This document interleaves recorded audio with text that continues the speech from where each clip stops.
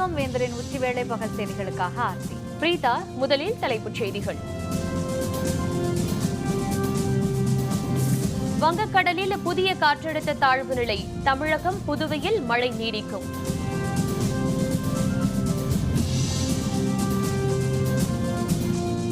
₹320 கோடிக்கு 500 தாள்கள் விமானம் மூலம் சென்னை வந்தது.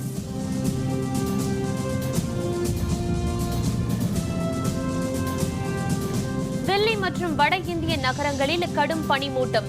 ரயில், விமான சேவைகள் கடுமையாக பாதிப்பு.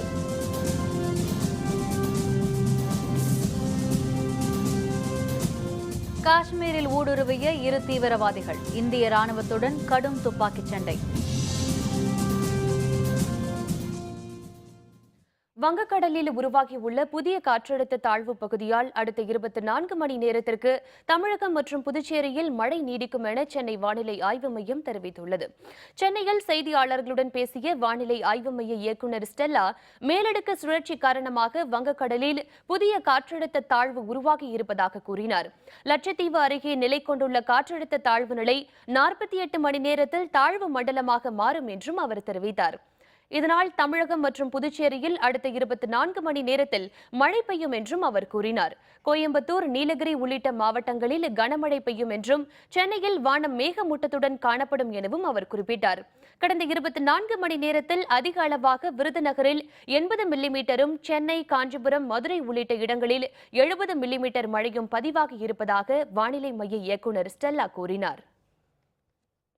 நேற்று உள் தமிழகத்தில் இருந்த காற்றழுத்த தாழ்வு பகுதி மேற்கில் நகர்ந்து தற்போது லட்சத்தீவு மற்றும் அதனை ஒட்டியுள்ள பகுதியில் நிலை கொண்டுள்ளது. இதன் காரணமாக வரும் 24 மணி நேரத்தில் தமிழகம் மற்றும் புதுச்சேரியில் ஒரு சில இடங்களில் மழை பெய்யும். நீலகிரி மற்றும் கோவை மாவட்டங்களில் ஓரிரு இடங்களில் கனமழை எதிர்பார்க்கலாம். சென்னை பொறுத்தவரை வானம் மேகமூட்டத்துடன் காணப்படும். ஒரு சில இடங்களில் மிதமான மழைக்கு வாய்ப்புள்ளது. மேலும் சுமத்ரா மற்றும் அதனை ஒட்டியுள்ள தெற்கு அந்தமான் கடற்பகுதியில் ஒரு மேலடுக்கு சுழற்சி இருப்பதால் அடுத்த 24 மணி நேரத்தில் அது காற்றழுத்த தாழ்வு பகுதியாக மாறும். அதனை தொடர்ந்து வரும் 48 மணி நேரத்தில் அது காற்றழுத்த தாழ்வு மண்டலமாக மாறும் என்று எதிர்பார்க்கப்படுகிறது. அதனை தொடர்ந்து கண்காணிக்கப்பட்டும் வருகிறது. வாரணாசியிலிருந்து இந்திய விமானப்படை தனி விமானம் மூலம் ₹320 கோடி மதிப்புக்கு புதிய ₹500 நோட்டுகள் சென்னை வந்து சேர்ந்தன. பழைய 1000, ₹500 பணத்தாள்களுக்கு மத்திய அரசு தடை விதித்த நிலையில் புதிய 2000, புதிய ₹500 தாள்கள் அச்சிடப்பட்டு வருகின்றன. புதிய பணத்தாள்களுக்கு கடும் தட்டுப்பாடு ஏற்பட்டுள்ள நிலையில் அவை நாடு முழுவதும் பல்வேறு பகுதிகளுக்கு அனுப்பப்பட்டு வருகின்றன. இந்நிலையில் நேற்று நள்ளிரவில் விமானப்படைக்கு சொந்தமான தனி விமானம் மூலம் ₹320 கோடி மதிப்புக்கு புதிய ₹500 நோட்டுகள் சென்னை விமான நிலையத்துக்கு வந்து சேர்ந்தன. ரிசர்வ் வங்கி அலுவலர்கள் 4 வாகனங்களில் வந்து பலத்த பாதுகாப்புடன் இந்த பணத்தாள்களை எடுத்துச் சென்றனர். சென்னைக்கு இப்படி தனி விமானத்தில் பணம் வந்து சேர்வது இது 3வது முறை என்பது குறிப்பிடத்தக்கது. கடும் பனிமூட்டம் காரணமாக தில்லியில் இன்று விமான, ரயில் சேவைகள் கடுமையாக பாதிக்கப்பட்டுள்ளன. தலைநகர் தில்லியில் இன்று அதிக அளவில் பனிமூட்டம் நிலவி வருகிறது. அதிகாலை 5:30 மணியளவில் 400 மீட்டர் தொலைவுக்கு மேல் பார்க்க முடியாத நிலை ஏற்பட்டது. இதனால் 81 ரயில்கள் தாமதமாகின. 13 ரயில்கள் ரத்து செய்யப்பட்டன. இன்றும் நாளையும் 40 ரயில்களின் நேரம் மாற்றி அமைக்கப்பட்டுள்ளது. அதுபோல 9 பன்னாட்டு விமானங்கள், 14 உள்ளூர் விமானங்களும் இன்று தாமதமாகின. தில்லி, லக்னோ இடையிலான விமான சேவை இன்று ரத்து செய்யப்பட்டது. அதுபோல வட இந்தியாவின் பல்வேறு பகுதிகளில் பனி மூட்டத்துடன் கடும் குளிரும் நிலவுகிறது. மொரதாபாத்தில் குளிர் காரணமாக இரும்பு பாதையில் விரிசல் ஏற்பட்டது. வட இந்தியா முழுவதும் தற்பொழுது பனி மூட்டத்துடன் கடும் குளிரும் நிலவுகிறது. அலகாபாத், லூதியானா, கான்பூர், கோர்காப்பூர் உள்பட பல நகரங்கள் இன்று அதிகாலையில் கடும் குளிருடன் கண்விழித்தன. லூதியானாவில் ஏராளமான ரயில்கள் தாமதமாகின. மொரதாபாத்தில் குளிர் காரணமாக ரயில் தண்டவாளத்தில் சிறிய அளவில் விரிசல் ஏற்பட்டது. ரயில்வே ஊழியர்கள் உடனடியாக அதை சரி செய்யும் பணியில் ஈடுபட்டனர். காஷ்மீர் குல்காம் மாவட்டம் செனா கிராமத்தில் பதுங்கியுள்ள 2 தீவிரவாதிகளுக்கும் இராணுவத்தினருக்கும் இடையே தற்போது துப்பாக்கிச் சண்டை நடைபெற்று வருகிறது. ஜம்மு காஷ்மீர் குல்காம் மாவட்டம் சென்னார் பகுதியில் நேற்று ஊடுருவ முயன்ற தீவிரவாதிகளுக்கும் பாதுகாப்பு படையினருக்கும் இடையே மோதல் நடந்தது. அதில் இரு தரப்பினரின் துப்பாக்கிச் சூட்டுக்கு நடுவில் அரசு மீன்வளத்துறை அலுவலரான அசதுல்லா குமார் என்பவர் சிக்கி பலியானார். ஊடுருவ முயன்ற 2 தீவிரவாதிகள் அந்த வாய்ப்பை பயன்படுத்தி சென்னார் கிராமத்தில் பதுங்கினர். இந்நிலையில் அந்த 2 தீவிரவாதிகளுக்கும் இந்திய பாதுகாப்பு படையினருக்கும் இடையே தற்போது துப்பாக்கிச் சண்டை நடந்து வருகிறது. இதனிடையே நேற்று பஞ்சாப் மாநிலம் பதான்கோட் அருகே பாமியால் பகுதியில் ஊடுருவ முயன்ற ஒருவரை இந்திய எல்லை பாதுகாப்பு படையினர் சுட்டுக் கொன்றனர். பஞ்சாப் மாநிலம் அமிர்தசரஸ் நகரில் இன்று ஆசிய மாநாடு ஆரம்பமாகிறது. பிரதமர் நரேந்திர மோடி, பல்வேறு நாட்டு பிரதிநிதிகள் அதில் பங்கேற்க உள்ளனர். ஆப்கானிஸ்தானுக்கும் அதன் அண்டை நாடுகளுக்கும் இடையே உறவை வலுப்படுத்தவும், அமைதி, ஒத்துழைப்பை, பொருளாதார மேம்பாடு தொடர்பாக ஆராயவும் 6வது ஆசிய அமைச்சர்கள் அளவிலான மாநாடு பஞ்சாப் மாநிலம் அமிர்தசரஸ் நகரில் இன்று தொடங்க உள்ளது. 15 ஆசிய நாடுகள் உள்பட 30 நாடுகளின் பிரதிநிதிகள் இதில் பங்கேற்க உள்ளனர். பாகிஸ்தான் சார்பாக அந்நாட்டு பிரதமர் நவாஸ் ஷெரீப்பின் ஆலோசகர் சர்தாஜ் அசீஸ் பங்கேற்க உள்ளார். இந்த 2 நாள் மாநாட்டில் முதல் நாளான இன்று வெளியுறவுத்துறை செயலர்கள் அளவிலான சந்திப்பு நடைபெறுகிறது. நாளை நடைபெற உள்ள அமைச்சர்கள் அளவிலான மாநாட்டில் பிரதமர் மோடி, ஆப்கான் அதிபர் அஷ்ரப் கனி, சர்தாஜ் அசீஸ் ஆகியோர் பங்கேற்க உள்ளனர். மாநாட்டுக்காக இன்று மாலையே மோடி அமிர்தசரஸ் செல்கிறார். மாநாட்டை ஒட்டி அமிர்தசரஸ் நகரில் பலத்த பாதுகாப்பு ஏற்பாடுகள் செய்யப்பட்டுள்ளன. திருச்சி துறையூர் வெடிமருந்து தயாரிப்பு தொழிற்சாலையில் ஏற்பட்ட விபத்து தொடர்பாக 5 பேர் கைது செய்யப்பட்டுள்ளனர். திருச்சி மாவட்டம் துறையூர் அருகே உள்ள முருங்கப்பட்டியில் தனியார் வெடிமருந்து தயாரிப்பு தொழிற்சாலையில் ஏற்பட்ட வெடிவிபத்தில் 19 தொழிலாளர்கள் பலியானார்கள். விபத்து குறித்து சிபிசிஐடி காவல்துறையினர் விசாரணை மேற்கொண்டு வருகின்றனர்.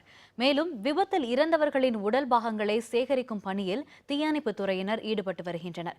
இந்நிலையில் வெடிவிபத்து தொடர்பாக தொழிற்சாலையின் சிவில் பொறியாளர் பிரகாசம், திட்ட இயக்குநர் ராஜகோபாலன் மற்றும் வெங்கடபதி, கணேசன், ராஜமணிகண்டன் ஆகிய 5 பேரை காவல்துறையினர் கைது செய்து விசாரணை மேற்கொண்டு வருகின்றனர். இதனிடையே இறந்தவர்களுக்கு உடனடியாக நிவாரணம் வழங்க கோரி முருங்கப்பட்டி மற்றும் அதன் சுற்றுவட்டார கிராமத்தைச் சேர்ந்த மக்கள் இன்று 2வது நாளாக சாலை மறியல் போராட்டத்தில் ஈடுபட்டனர்.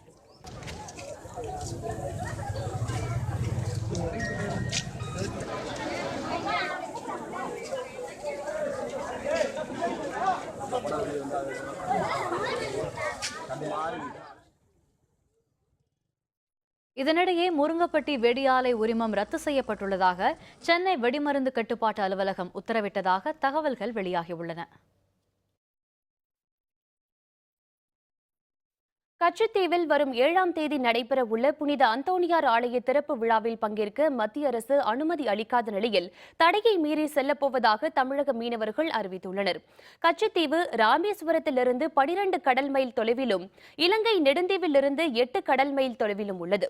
ராமேஸ்வரம் ஓலைக்குடாவை சேர்ந்த அந்தோணி பிள்ளை பட்டங்கட்டி மற்றும் தொண்டியை சேர்ந்த சீனிக்குப்பு ஆகியோரால் கடந்த 1913இல் கச்சத்தீவில் சிறிய ஓலை குடிசையில் புனித அந்தோணியார் ஆலயம் நிறுவப்பட்டது. ராமநாதபுரம் சேதுபதி மன்னர்களுக்கு சொந்தமான கச்சத்தீவை மண்டபம் மரைக்காயர்கள் குத்தகைக்கு எடுத்து முத்து குளிக்கவும் மீன் பிடிக்கவும் பயன்படுத்தினர். கடந்த 1974ஆம் ஆண்டு ஜூலை 8ஆம் தேதி அப்போதைய இந்திய பிரதமர் இந்திரா காந்தி இலங்கை பிரதமர் சிறிமாவோ பண்டாரநாயக்காவிடம் தமிழகத்துக்கு சொந்தமான கச்சத்தீவை எழுதி கொடுத்தார். இந்த ஒப்பந்தப்படி அங்குள்ள புனித அந்தோணியார் கோவில் திருவிழாவில் இந்தியர்கள் பங்கேற்பதற்கான உரிமை வழங்கப்பட்டுள்ளது. இந்நிலையில் கச்சத்தீவில் இலங்கை அரசு சார்பில் 1 கோடி ரூபாய் மதிப்பில் புனித அந்தோணியார் தேவாலயம் கட்டும் பணிகள் முடிந்து வரும் 7ஆம் தேதி ஆலயத்தின் அர்ப்பிப்பு விழா நடைபெற உள்ளது. இதில் பங்கேற்க அனுமதி இல்லை என மத்திய அரசு அறிவித்திருப்பது தமிழக மீனவர்கள் மத்தியில் அதிர்ச்சியை ஏற்படுத்தியுள்ளது. மத்திய அரசு கச்சத்தீவு திருவிழா அர்ச்சிப்பு விழாவுக்கு அனுப்ப மாட்டேன்னு சொல்லி கூறியிருக்கு. இது மத்திய அரசு எங்களை பாராமுகமா இருக்கு. அதனால இருந்தாலும் எங்களுடைய பாதுகாவலர் எங்கள் கடல் மீன்பிடி தொழில் பார்க்கும்போது எங்களுக்கு காவல் தெய்வமா இருக்கும். அந்தோணியாருடைய அர்ச்சிப்பு விழாவுக்கு நாங்கள் மீனவர்கள்லாம் தடையை மீறி கண்டிப்பா செல்லுவோம். IPS, IAS உள்ளிட்ட 24 வகையான குடிமைப் பணிகளுக்கான முதன்மை தேர்வு இன்று நாடு முழுவதும் தொடங்கியது. முதல் நாளான இன்று நடைபெற்ற கட்டுரைத்தாள் தேர்வு எளிதாக இருந்ததாக தேர்வு எழுதியவர்கள் குறிப்பிட்டனர். இது பற்றிய விரிவான தகவல்களை தருகிறார் நமது செய்தியாளர் புவனேஸ்வரி.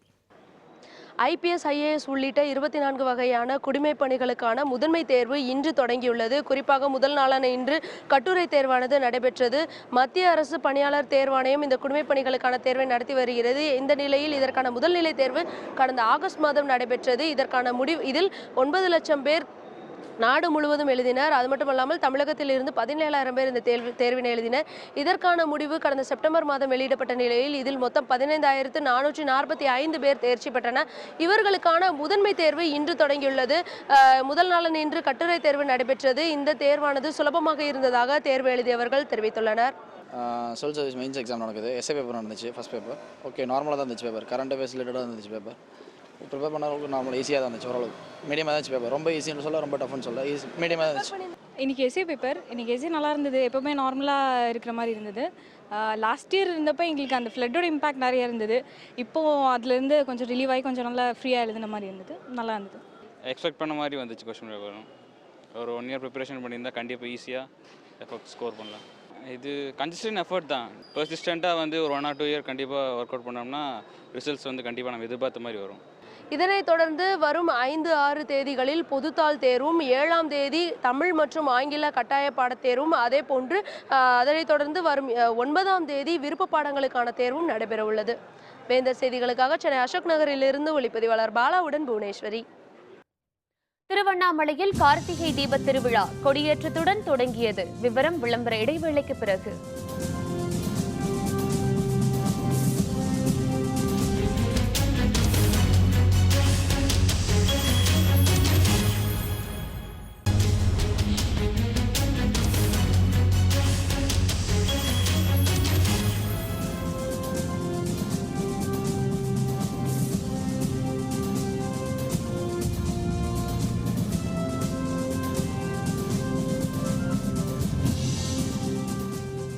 செய்திகள் தொடர்கின்றன. திமுக முன்னாள் அமைச்சர் கோசி மணியின் உடலுக்கு திமுக பொருளாளர் மு.க.ஸ்டாலின் மற்றும் கட்சி தலைவர்கள், தொண்டர்கள் அஞ்சலி செலுத்தி வருகின்றனர். திமுக முன்னாள் அமைச்சரும் கட்சியின் உயர்நிலை செயல்திட்டக்குழு உறுப்பினருமான கோசி மணி உடல்நலக்குறைவு காரணமாக கும்பகோணத்தில் உள்ள தனியார் மருத்துவமனையில் நேற்றிரவு காலமானார். அவருக்கு வயது 87. கோசி மணியின் உடல் தஞ்சாவூர் மாவட்டம் ஆடுதுறையில் உள்ள அவருடைய இல்லத்தில் மக்களின் அஞ்சலிக்காக வைக்கப்பட்டுள்ளது. அவரது உடலுக்கு திமுக பொருளாளர் மு.க.ஸ்டாலின் அஞ்சலி செலுத்தினார். திமுக நிர்வாகிகள் மற்றும் பொதுமக்கள் ஏராளமானோரும் தற்பொழுது அஞ்சலி செலுத்தி வருகின்றனர். இன்று மாலை கோசி மணியின் சொந்த ஊரான குத்தாலம் அருகே உள்ள மேக்ரி மங்கலத்தில் அவரது இறுதி சடங்கு நடைபெற உள்ளது. தலைவர் கலைஞருடைய உள்ளத்திலே ஒரு ஆழமான நம்பிக்கைக்குரிய இடத்தை பெற்றவருமாக இருந்த அண்ணன் கோசிமணி அவருடைய இழப்பு என்பது தலைவர் கலைஞர் அவர்களுக்கு, திராவிட முன்னேற்ற கழகத்திற்கு ஒரு மாபெரும் இழப்பாக அமைந்திருக்கிறது. ஈரோடு மாவட்டம் முழுவதும் 3வது நாளாக பரவலாக மழை பெய்து வருவதால் விவசாயிகள், பொதுமக்கள் மகிழ்ச்சியடைந்துள்ளனர். கடலூர் வேதாரண்யம் அருகே நடா புயல் நேற்று காலை கரையை கடந்தது. இந்நிலையில் ஈரோடு மாவட்டத்தில் 3வது நாளாக தொடர்ந்து சாரல் மழை விட்டு பெய்து வருகிறது. கடும் குளிரால் பொதுமக்கள் பாதிக்கப்பட்டுள்ளனர். தொடர் மழை காரணமாக நிலத்தடி நீர்மட்டம் உயரும் என்பதால் விவசாயிகள் மகிழ்ச்சியடைந்துள்ளனர்.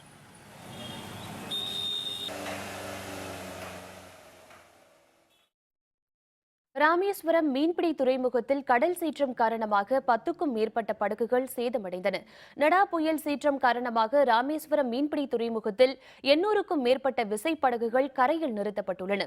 இந்நிலையில் நேற்றிரவு வீசிய பலத்த சூறை காற்றால் 10க்கும் மேற்பட்ட விசைப்படகுகள் ஒன்றின் மீது ஒன்று மோதி சேதமடைந்தன.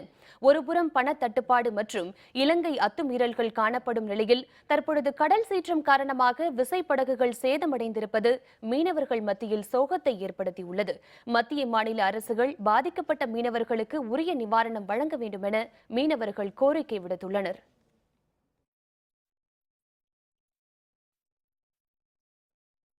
நேதாஜி சுபாஷ் சந்திரபோஸ் அமைத்த இந்திய தேசிய ராணுவத்தில் பணியாற்றிய வேலூர் மாவட்டம் ஆம்பூரைச் சேர்ந்த கோவிந்தம்மாள் நேற்று 90வது வயதில் காலமானார். வேலூர் மாவட்டம் ஆம்பூரைச் சேர்ந்த கோவிந்தம்மாளை வேலை காரணமாக அவரது தந்தை முனிசாமி மலேசியாவுக்கு அழைத்துச் சென்றார்.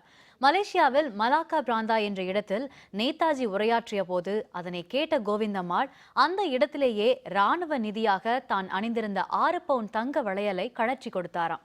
பிறகு திருமணத்தின் போது தாய் வீட்டு சீதனமாக கிடைத்த 1 ஏக்கர் ரப்பர் தோட்டத்தையும் INAவுக்கு நன்கொடையாக கொடுத்துள்ளார் கோவிந்தம்மாள். INA ராணுவத்தில் பெண்களுக்கென ஜான்சி ராணி ரெஜிமெண்ட் ஏற்படுத்திய போது 1943 அதில் சிப்பாயாக கோவிந்தம்மாள் சேர்ந்தார். 1000 பெண்கள் கொண்ட அந்த படையில் 100 பேர் தேர்வு செய்யப்பட்டு பல்வேறு ரக துப்பாக்கிகள் சுடும் கடுமையான பயிற்சி அளிக்கப்பட்டது.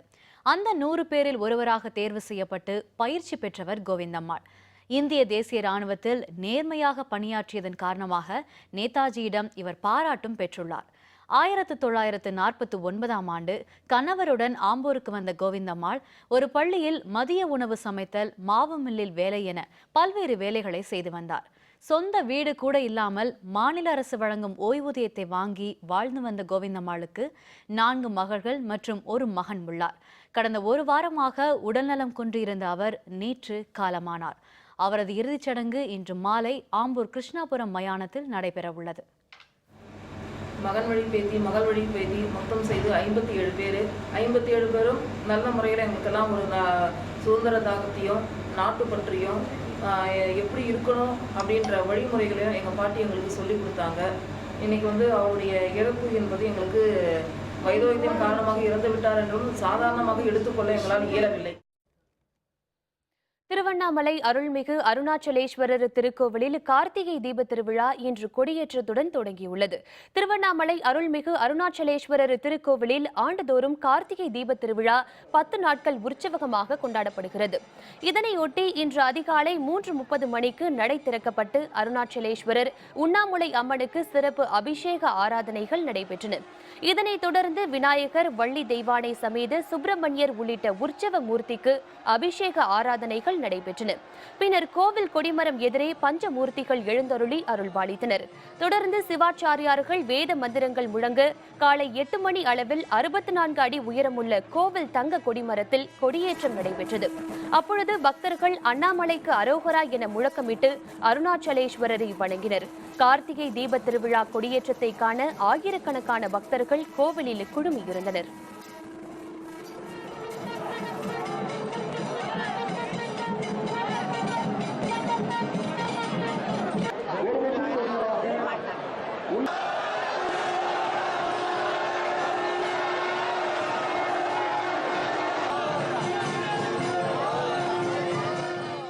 கார்த்திகை பிரம்மோற்சவம் மிக சிறப்பான முறையில் இங்கு நடைபெற்றுக் கொண்டிருக்கிறது.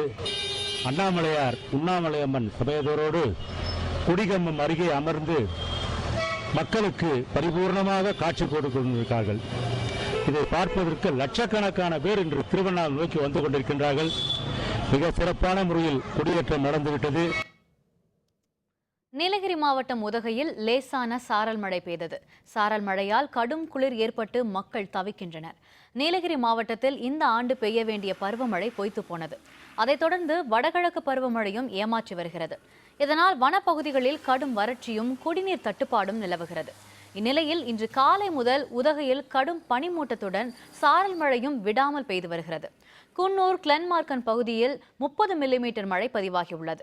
மழை காரணமாக இருள் சூழ்ந்ததால் வாகன ஓட்டிகள் முகப்பு விளக்குகளை எரியவிட்டபடி வாகனங்களை ஓட்டினர். சாரல் மழை காரணமாக உதகையில் கடும் குளிர் காணப்படுகிறது. பரவாயில்ல, நீலகிரி மாவட்டத்தில் நல்ல மழை நேரத்துலேருந்து ஆரம்பிச்சிருக்குது. 5 மாதம் நல்லா வெயில் அடிச்சிட்டு இருந்துச்சு. இப்போ இந்த மழை அடிக்கிறதுனால கொஞ்சம் குடி தண்ணிக்கு கொஞ்சம் பிரச்சனை இல்லாமல் இருக்குன்னு நினைக்கிறேன். விவசாயத்துக்கு கொஞ்சம் பரவாயில்ல. வாகனம் ஓட்டுறதுக்கு மிஸ்ட்டு கொஞ்சம் ஜாஸ்தி இருக்கிறதுனால வாகனம் ஓட்டுறதுக்கு கொஞ்சம் கஷ்டமாக இருக்குது. பகல்லையும் ஹெட்லைட் போட்டு தான் போக வேண்டியதாக இருக்குது. மற்றபடி மழை அடிக்கிறதுனால ரொம்ப சந்தோஷமாக இருக்காங்க. விவசாயிகள்லாம் ரொம்ப சந்தோஷமாக இருக்காங்க. கடந்த ஆண்டு டிசம்பர் 1 மழையும் வெள்ளமுமாக சென்னை மாநகரை புரட்டி போட்ட நாள்.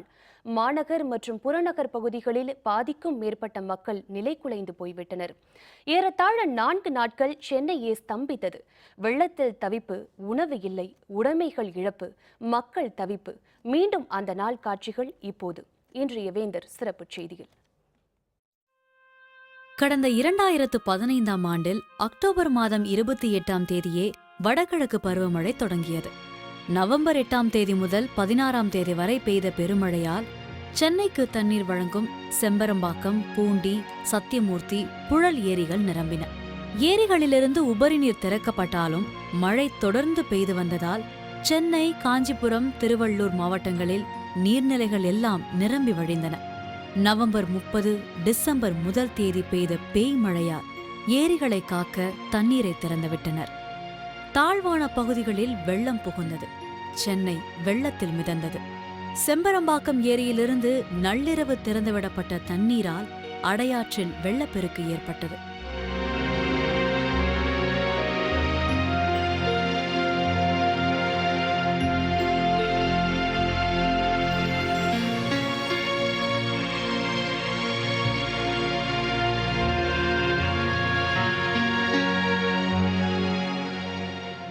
முடிச்சூர், கிழக்கு தாம்பரம், அனகாபுத்தூர், நந்தம்பாக்கம், ஈக்காட்டுத்தாங்கல், மேற்கு சைதாப்பேட்டை, கோட்டூர்புரம் உள்ளிட்ட பகுதிகள் வெள்ளத்தால் சூழப்பட்டன. முடிச்சூர் பகுதியில் முக்கிய சாலை துண்டிக்கப்பட்டதால் மக்கள் வீட்டை விட்டு வெளியே வர முடியாமல் தவித்தனர். தேசிய பேரிடர் மீட்புக் குழு மற்றும் இராணுவத்தினர் படகுகள் மூலம் மக்களை மீட்டனர்.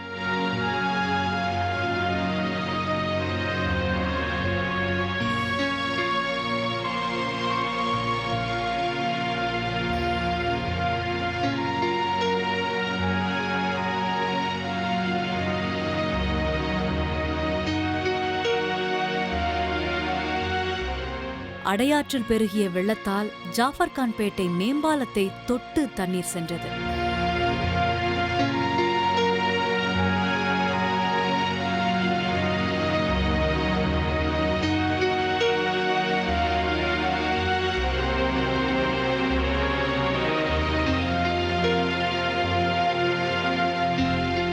அடையாற்றின் கரையோர பகுதிகளில் இருந்த வீடுகளை வெள்ள நீர் சூழ்ந்தது. குடிசைகள் அடித்துச் செல்லப்பட்டன. வீட்டை விட்டு வெளியே வர முடியாமல் பலர் மொட்டை மாடிகளில் தஞ்சமடைந்தனர். உயிர் பிழைக்க போராடினர்.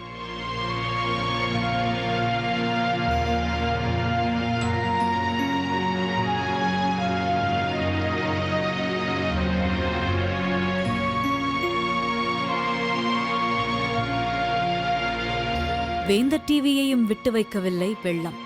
வெள்ளப்பெருக்கால் வேந்தர் டிவி அலுவலகத்தின் தரைத்தளம் மூழ்கி முதல் தளம் வரை தண்ணீர் சூழ்ந்தது. அலுவலகத்தில் இருந்த 30க்கும் மேற்பட்டோர் வெளியே வர முடியாமல் தவித்தனர். ஒளிபரப்பு சாதனங்கள், வாகனங்கள், ஜெனரேட்டர்கள் எல்லாம் மூழ்கின.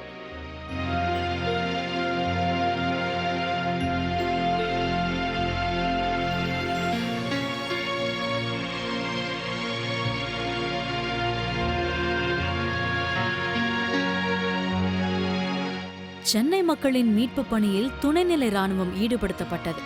கொட்டும் மழையிலும் வெள்ளத்தில் சிக்கியவர்களை மீட்கும் பணிகளை படகுகள் மற்றும் ஹெலிகாப்டர் மூலம் மேற்கொண்டனர்.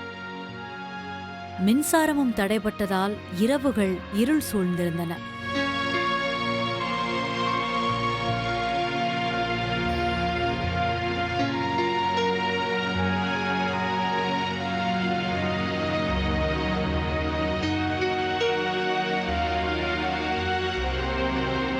மாநகரே வெள்ளத்தில் மூச்சு திணறிய போதிலும் தாகத்திற்கு குடிக்க நல்ல தண்ணீர் இல்லை, சாப்பாடு இல்லை, தூக்கமில்லை. குழந்தைகளுக்கு கொடுக்க வீட்டில் பால் கூட இல்லை. கையில் பணம் இருந்தும் பொருள் வாங்க வெளியே போக முடியவில்லை.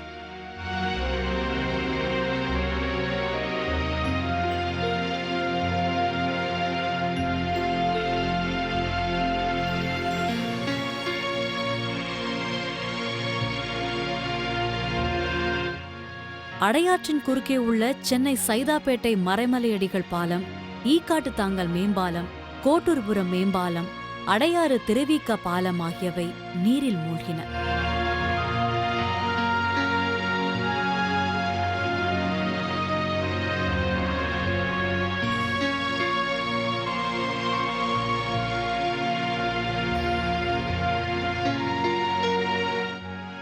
அடையாற்றில் பெருக்கெடுத்து ஓடிய வெள்ளம் வங்கக்கடலில் கலந்தது. ஆற்றோரம் இருந்த குப்பைகள் மற்றும் வீடுகளில் இருந்த பொருட்கள் என அனைத்தும் அடித்துச் செல்லப்பட்டு வங்கக்கடலில் சேர்ந்தன.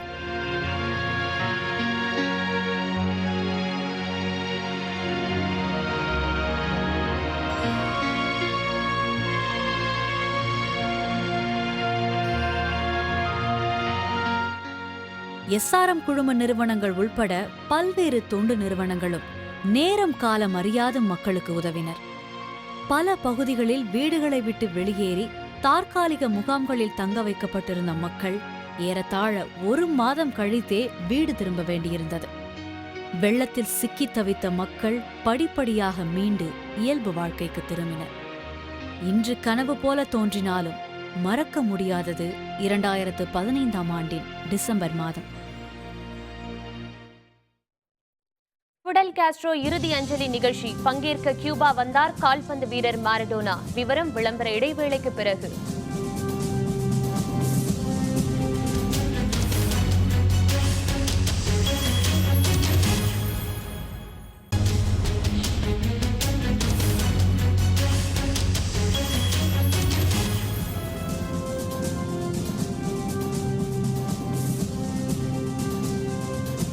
செய்திகள் தொடர்கின்றன. இனி அயலகச் செய்திகள். முதுபெரும் தலைவர் ஃபிடல் காஸ்ட்ரோவின் இறுதி அஞ்சலி நிகழ்ச்சியில் பங்கேற்பதற்காக உலக புகழ்பெற்ற கால்பந்தாட்ட வீரர் டியகோ மாரடோனா கியூபா வந்துள்ளார். உலகின் தலைசிறந்த கால்பந்தாட்ட வீரர்களில் ஒருவர் டியகோ மாரடோனா. அர்ஜென்டினா நாட்டுக்காரரான மாரடோனா 1986ஆம் ஆண்டு உலகக்கோப்பை கால்பந்து போட்டியில் அணித்தலைவராக இருந்து அர்ஜென்டினாவுக்கு வெற்றி தேடி தந்தார். கொக்கைன் போதை பழக்கம் காரணமாக புகழின் உச்சியிலிருந்து வீழ்ந்த அவர் கியூபா தலைவர் ஃபிடல் காஸ்ட்ரோவின் வேண்டுகோளை ஏற்று 2004ஆம் ஆண்டு வாக்கில் கியூபாவில் மருத்துவ சிகிச்சை பெற்று போதை பழக்கம் நீங்கி நலமடைந்தார். இந்நிலையில் தனது இரண்டாவது தந்தையாக கருதப்படும் ஃபிடல் காஸ்ட்ரோவுக்கு அஞ்சலி செலுத்த மாரடோனா தற்போது கியூபா வந்துள்ளார். இந்தியன் சூப்பர் லீக் கால்பந்து தொடரின் நாளைய போட்டியில் நார்த் ஈஸ்ட் யுனைடெட் அணியுடன் கேரள அணி பலப்பரீட்சை நடத்துகிறது. 8 அணிகள் பங்கேற்று வரும் ISL கால்பந்து போட்டி முக்கியமான கட்டத்தை எட்டியுள்ளது. மும்பை, கொல்கத்தா, தில்லி அணிகள் ஏற்கனவே இறுதிப் போட்டிகளுக்கு தகுதி பெற்றுவிட்டன. இந்நிலையில் அரையிறுதிக்குள் நுழைய நார்த் ஈஸ்ட் யுனைடெட் கேரள அணிகளுக்கு இடையே கடும் போட்டி நிலவுகிறது. இந்த இரு அணிகளுக்கு இடையிலான போட்டி கொச்சி நகரில் நாளை இரவு 7 மணிக்கு நடைபெற உள்ளது. மீண்டும் தலைப்புச் செய்திகள். வங்கக்கடலில் புதிய காற்றழுத்த தாழ்வு நிலை. தமிழகம், புதுவையில் மழை நீடிக்கும். 320 கோடிக்கு 500 ரூபாய் தாள்கள் விமானம் மூலம் சென்னை வந்தது.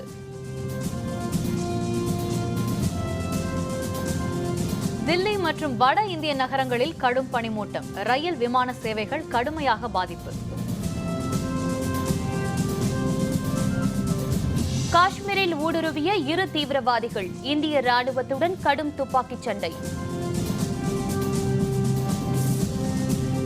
இத்துடன் வேந்தரின் உச்சிவேளை பகல் செய்திகள் நிறைவடைந்தன. மீண்டும் மாலை 5:30 மணிக்கு வேந்தரின் அந்திமாலை தொடர் செய்திகளில் சந்திப்போம். வணக்கம்.